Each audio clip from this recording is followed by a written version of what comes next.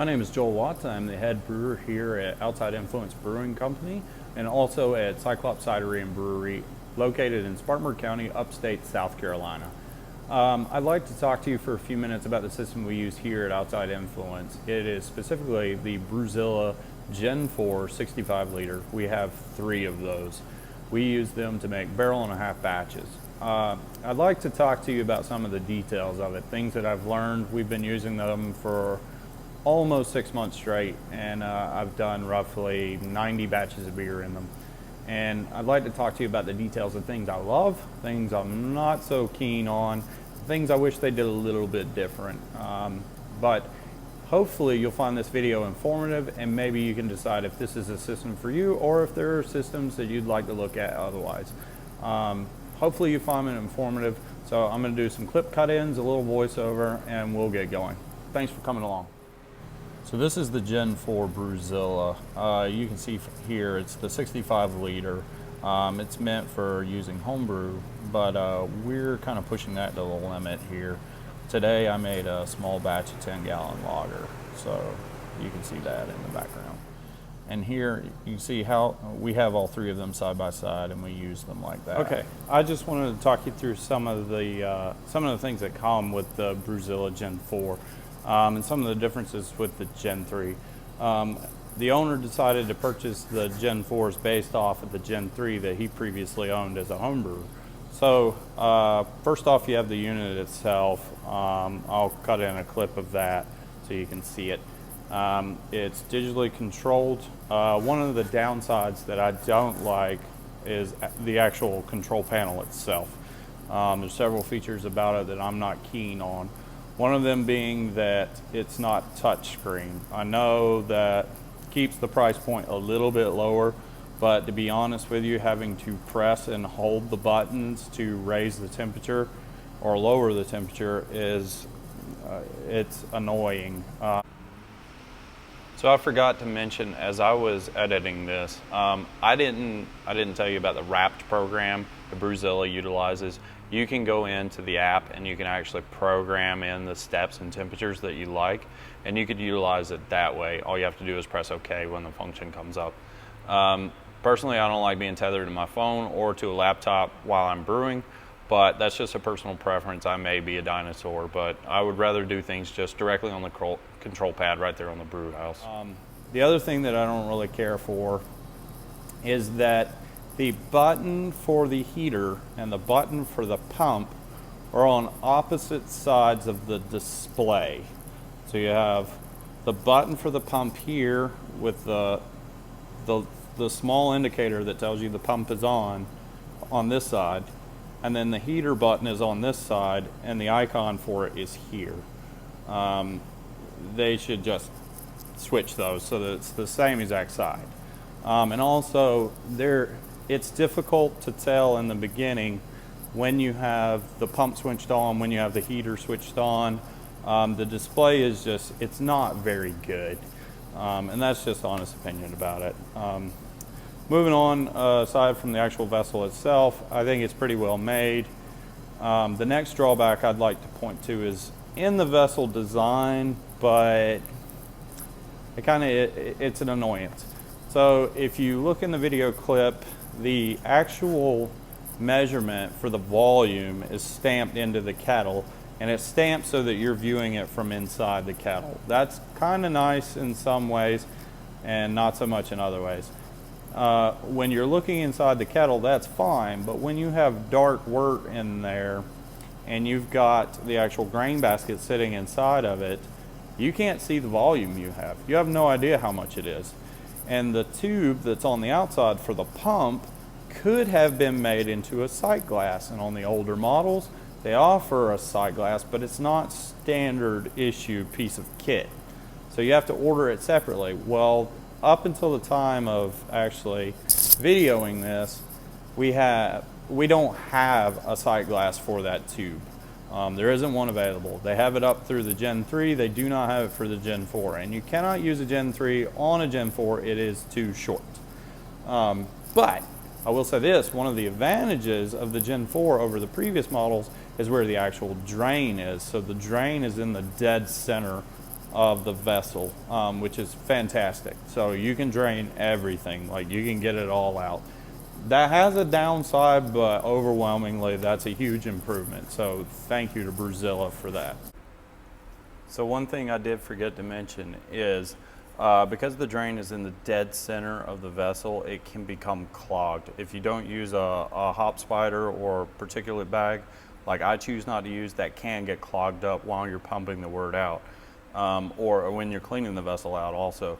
So if you're just cleaning it, you can take the tube that's on the recirc arm and you can generally blow right through it and it cleans it out no problem, and then keep pumping. If it's unfinished or if it's wort that you're trying to transfer, you don't want to do that. So the best thing that I've found is to take CO2. You could use oxygen if you like, but I just take the CO2 off of my tank, plug the line onto that recirc arm, give it a quick blast and blow all that stuff out. And typically that does a good enough job to knock that out, but you wouldn't want to do too much. Maybe you knock some of that back into your beer and that's what you're transferring out. But if you have a problem with a clog, that's the easiest way to solve it. Moving on, the grain basket. So here's the grain basket for the 65 liter. So 65 liter in US measurements is about 15 gallons. So the grain basket itself has perforations around the bottom.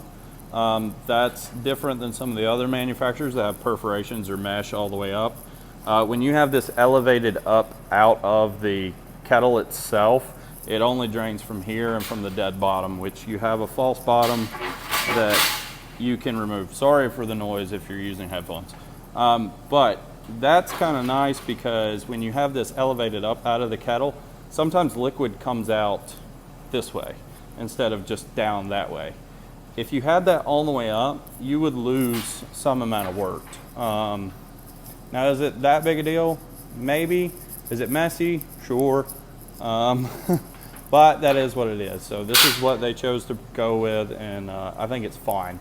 Another thing about that is you have the two holes in each side, and that's to put the handle through. So the handle is removable. It has lips on it, and I'll cut in a video clip of that. So, almost dropped it. Before you put your false bottom in, or before you put the mash tun in, the mash basket, you need to have the false bottom in. That's key. Don't ask how we know. We have forgotten to install these, forgotten to install the false bottom in the mash tun, all kinds of things. It just gets a little funny. But so you'll install this. It has steps on the bottom first, and then your mash basket will go in. So you'll fill up your water, then you'll install your mash basket. Because again, the mash basket covers up the measurements and you cannot see how much you've got in. So if you're adding your strike water, if you're like us, we do strike water and then do sparge water separately. If you mash full volume, then it probably works just fine. But if you sparge separately, like we like to do, it gives you more fine control over the process. You'll want to put your strike water in, then add your mash basket. This ring is what you get to pull it out. Now, after you've mashed, this will be covered. So after you boil and everything, you whirlpool for a while, this will be covered in hop tube and coagulated proteins and other things. So you need that ring to be able to pick it out. Well, watch this nut, because that nut can come loose and you pull this ring and now your false bottom is down there, and it's pretty difficult to get it out once that happens. And that nut can fall down into the drain hole for the pump. So something to be aware of. Moving on, once you mash, now some people don't use these. We use them occasionally. Sometimes I like to use them, sometimes not. I call this the sparge hat. It's really just a screen that goes on top of your grain bed. You can run it the full time you're mashing. You can use it just during the sparge, the Vorloff and the sparge, whatever. So like if you're doing a wheat beer, I highly recommend using these. If you're using something that's pretty much all barley, it's not quite as big a deal. But this sits on top of your grain bed, and then you'll just Vorloff and mash on top of that, or Vorloff and sparge directly on top of this. And it's a good indicator of how fast things are flowing. So if you're adding water on top of this and you can keep a steady level of it, then you know your sparge is flowing at the right the right amount. So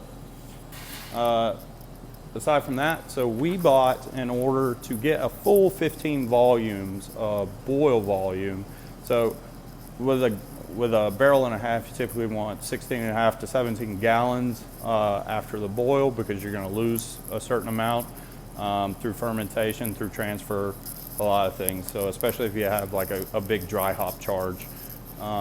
So we purchased the extensions. So this is the extension. It clips on directly. You can see it has feet here. When you buy these, they come with spring-loaded, or not spring-loaded, but they come with clamps that you actually attach to your Brewzilla, and then they just clip on here, similar to the way these do. So not pictured is the dome, the glass dome that comes with the Brewzilla, and you can use that as well. And if you choose to use it with the extension, you can clip these on. But we mash without these on, because if you did, you have to buy the extended mash basket. We chose not to go that route because they cost money. So we purchased just these extensions. We mash in regularly, mash out regularly. We sparge up to a certain volume, and then we pull the basket out completely. Add this gasket. This gasket is, you can see it's lipped, so it just goes down over top of the kettle itself, and then the extension clips on. And then we set our baskets onto a cart that we've made specifically to allow them to drain, and then we just take that drain volume and add it back in. So those are only used for the boil. The chiller, it actually comes with a pretty decent chiller. So you get this 1/2-inch stainless steel chiller. I think it's probably 25 feet, I don't know, 50 feet maybe, something.